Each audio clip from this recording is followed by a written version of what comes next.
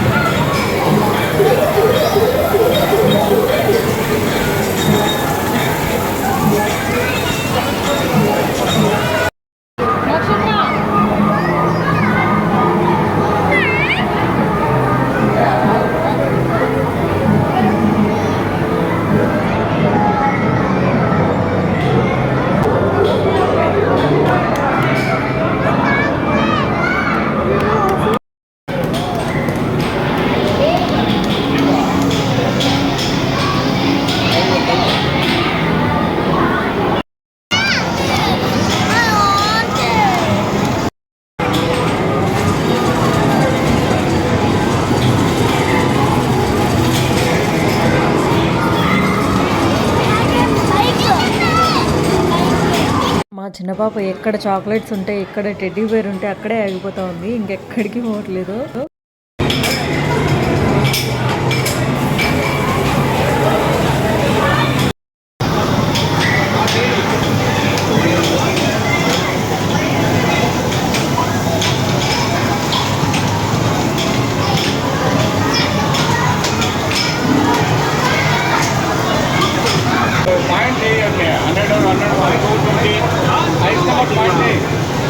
వాటి మీద కొట్టు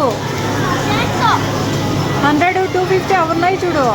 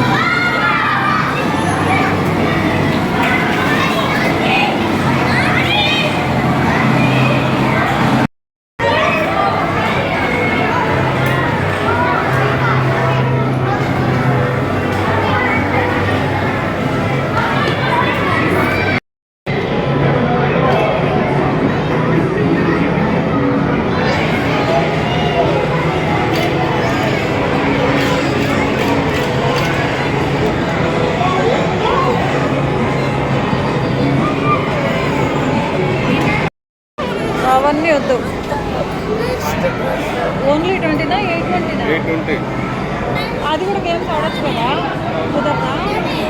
వీడియో లేదంట.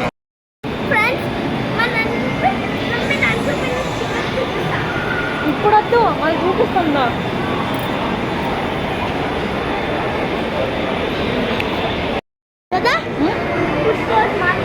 నక్షత్ర madam butterflies and my favorite girl, my shoes and my beautiful face cream and my beautiful face cream and ఏం కావాలో